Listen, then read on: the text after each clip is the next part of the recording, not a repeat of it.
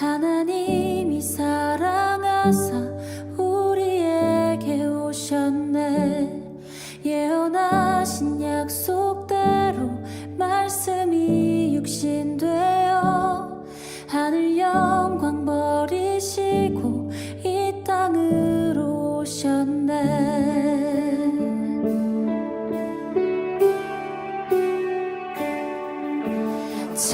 찬양하세 우리 주 삼위일체 하나님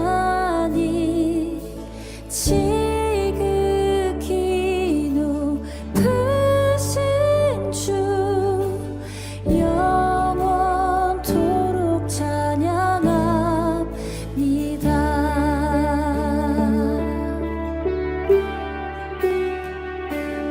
주가 지으신 모든 세상을 구원하려 영광의 주 예수님이 죽음을 택하셨네. 그 고통 속에서도 주의 뜻 기억하사 길을 잃은 우릴 위해 십자가를 지셨네.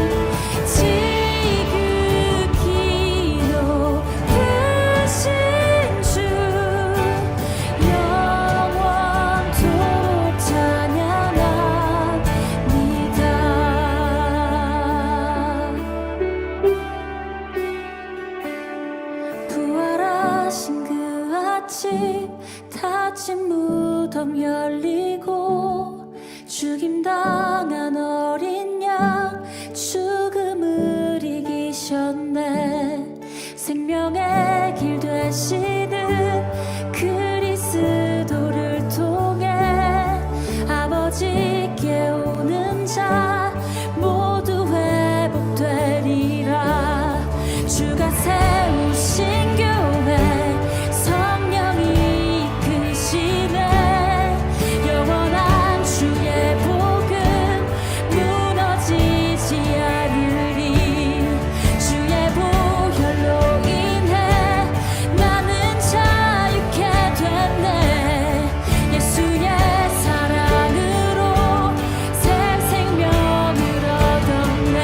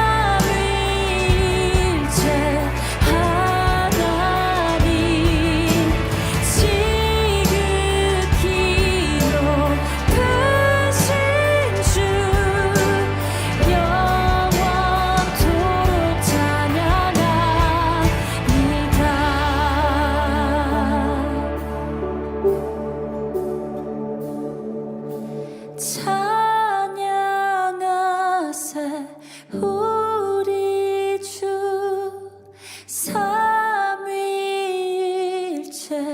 하나님 지극히 높으신 주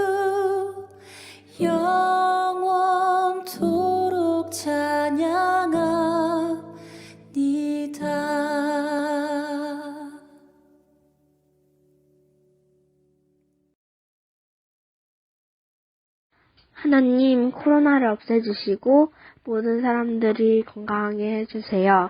확진자가 더 이상 안 나오게 해주시고 모든 사람들이 마스크를 벗고 행복하게 살게 해주세요. 예수님의 이름으로 기도합니다.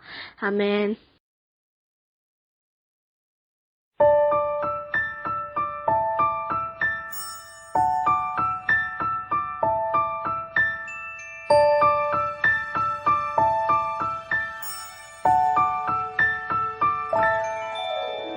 나는 전능하신 아버지 하나님 천지의 창조주를 믿습니다. 나는 그의 유일하신 아들 우리 주 예수 그리스도를 믿습니다. 그는 성령으로 잉태되어 동정녀 마리아에게서 나시고 본디오 빌라도에게 고난을 받아 십자가에 못 박혀 죽으시고 장사된 지 사흘 만에 죽은 자 가운데서 다시 살아 나셨으며 하늘에 오르시어 전능하신 아버지 하나님 우편에 앉아 계시다가 거기로부터 살아있는 자와 죽은 자를 심판하러 오십니다. 나는 성령을 믿으며 거룩한 공교회와 성도의 교제와 용서받는 것과 몸의 부활과 영생을 믿습니다.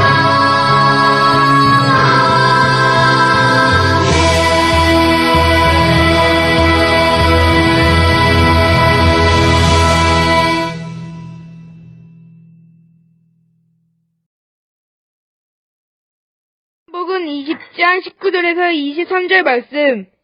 이날 곧 안식 후 첫날 저녁 때에 제자들이 유대인들을 두려워하여 모인 곳에 문들을 닫았더니 예수께서 오사 가운데 서서 이르시되 너희에게 평강이 있을지어다. 이 말씀을 하시고 손과 옆구리를 보이시니 제자들이 주를 보고 기뻐하더라. 예수께서도 이르시되 너희에게 평강이 있을지어다. 아버지께서 나를 보신 것 같이 너도 너희를 보내노라.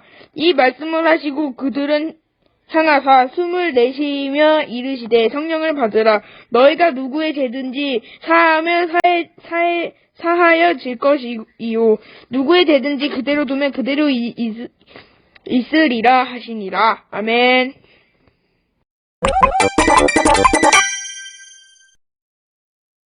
예수님은 십자가에서 죽으셨어. 제자들은 멀리서 지켜볼 수밖에 없었지.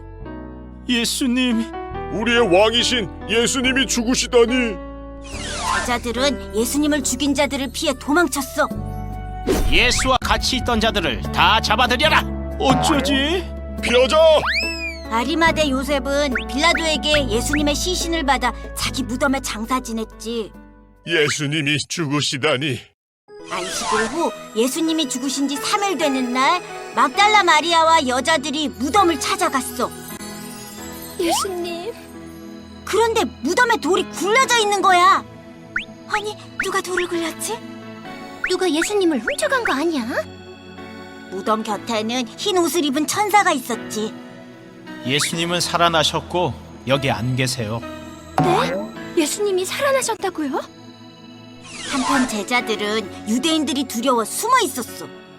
마리아가 예수님을 만났대. 나도 가봤는데 세마포만 있었어. 진짜 살아나신 건가? 그 자리에 예수님이 나타나셨지. 너희에게 평강이 있을지어다. 예수님이 살아나셨어. 성령을 받으라. 너희가 누구의 죄든지 사하면 사라질 것이요 그대로 두면 그대로 있으리라. 예수님. 이후 갈릴리에서 예수님을 기다리던 제자들은 밤새 물고기를 잡다 예수님을 만났어. 얘들아, 아침 먹자. 예수님 너무 맛있어요. 많이 먹어라. 하지만 베드로는 예수님을 제대로 볼 수 없었어. 나는 예수님을 3번이나 부인했어. 요한의 아들 시몬아, 네가 이 사람들보다 나를 더 사랑하느냐? 네? 당연히 주님을 사랑하죠. 내 어린 양을 먹이라. 요한의 아들 시몬아, 네가 나를 사랑하느냐? 아, 네, 주님. 내 양을 치라. 요한의 아들 시몬아, 네가 나를 사랑하느냐? 제가 주님을 사랑하는 줄 주님이 아십니다. 내 양을 먹이라. 네, 주님. 자기를 3번 부인한 베드로에게 3번의 신앙 고백을 하게 하신 거지. 너희는 가서 모든 민족을 제자로 삼아 아버지와 아들과 성령의 이름으로 세례를 베풀고 내가 너희에게 분부한 모든 것을 가르쳐 지키게 하라. 나의 부탁대로 나의 제자들은 이후 열심히 복음을 전하고 제자를 삼았어. 담대히 예수님을 전하자. 그렇게 전해진 복음이 우리에게도 전해지게 된 거란다. 예수님이 다시 사셨대. 복음을 받은 우리는 이제 복음을 전하는 자가 되어야 해. 사랑하는 친구들 반갑습니다. 한 주 동안 잘 지냈나요? 오늘은 기쁨의 부활 주일이에요. 이 기쁨의 소식을 함께 나눌 준비 되었나요? 예수님의 고난과 십자가는 눈물이고 고통이에요. 하지만 이것으로 끝은 아니죠. 우리 주님은 결코 죽음 가운데 머무실 수 없는 하나님의 아들이세요. 주님은 부활하셨답니다. 그리고 부활하신 사실을 제자들에게 알려주기를 원하셨어요. 가장 먼저 부활하신 예수님을 만난 것은 마리아였어요. 예수님의 무덤가에 갔다가 살아나신 우리 주님을 만났어요. 또 예수님이 돌아가신 줄 알고 낙심해서 엠마오라는 곳을 향해 가던 두 제자도 살아나신 예수님을 만나고 놀라서 다시 예루살렘으로 돌아왔어요. 예수님의 부활을 목격한 이들은 모두 숨어있는 제자들에게 가서 다시 살아나신 예수님의 이야기를 전했죠. 그런데 제자들이 숨어 있었어요. 왜 그랬을까요? 장소는 예루살렘이에요. 예수님은 잡혀가 버리셨고 곧 처형당하셨어요. 예수님이 돌아가시고 사흘 나흘째 되는 날 제자들은 군인들에게 들켜 자신들도 죽게 될까봐 두려워서 숨어버렸죠. 그런데 예수님이 살아나셨다는 이야기를 듣고 마리아와 다른 제자가 이들을 찾아온 거예요. 베드로와 요한도 빈 무덤을 발견하고 나서 심란한 상황이었죠. 그런데 문 두드리는 소리도 없었는데 예수님이 불쑥 나타나신 거예요. 제자들이 얼마나 놀랐는지 누가복음 24장 37절에 이렇게 표현하고 있어요. 그들이 놀라고 무서워하여 그 보는 것을 영으로 생각하는지라. 예수님이 유령인 줄 알았다는 거예요. 예수님은 너희에게 평강이 있을지어다 라고 하시며 나타나셨어요. 그리고 예수님께서는 제자들에게 손과 옆구리를 보이셨어요. 그리고 자신을 만져보게도 하셨답니다.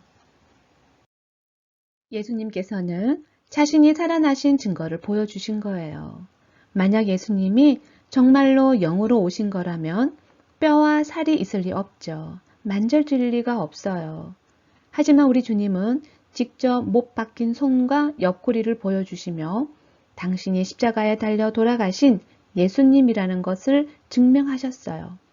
누가복음에는 이때 예수님께서 제자들 앞에서 식사를 하는 장면까지 보여줍니다. 그들이 너무 기쁨으로 아직도 믿지 못하고 놀랍게 여길 때 이르시되 여기 무슨 먹을 것이 있느냐 하시니 이에 구운 생선 한 토막을 드리니 받으사 그 앞에서 잡수시더라. 사랑의 숲친구들, 예수님이 배고파서 드신 걸까요? 아니죠. 진짜로 살아나신 것을 보여주시기 위한 거예요. 영으로 임하시면 음식을 드실 수 없으니까요.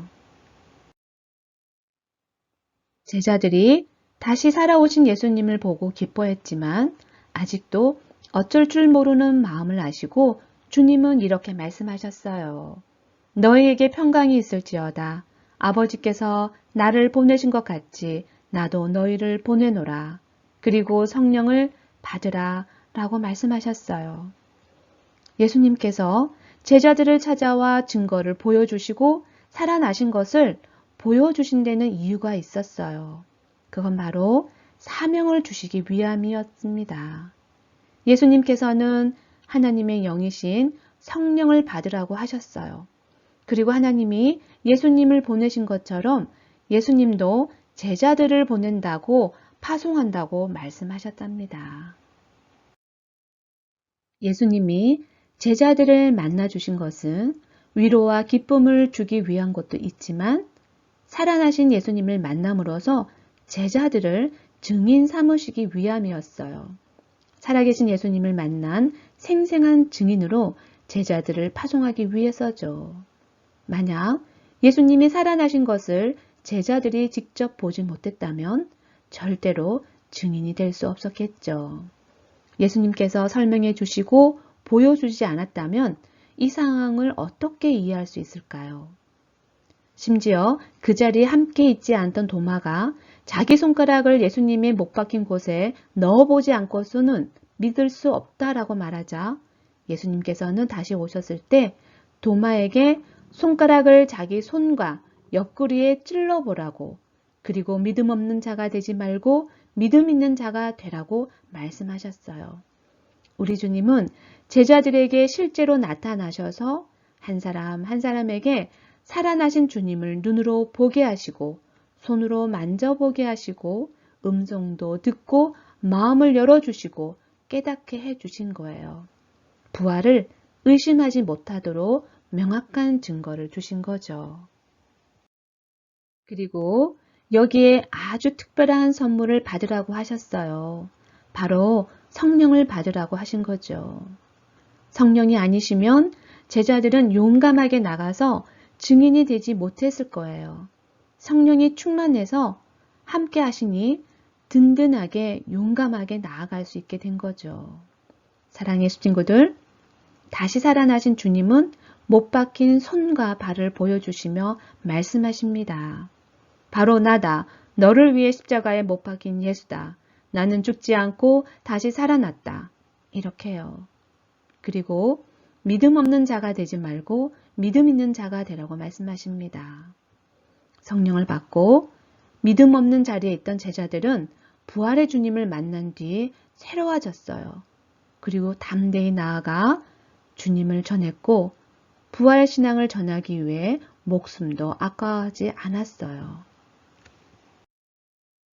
사랑의 친구들, 우리 주님이 다시 살아나셨어요.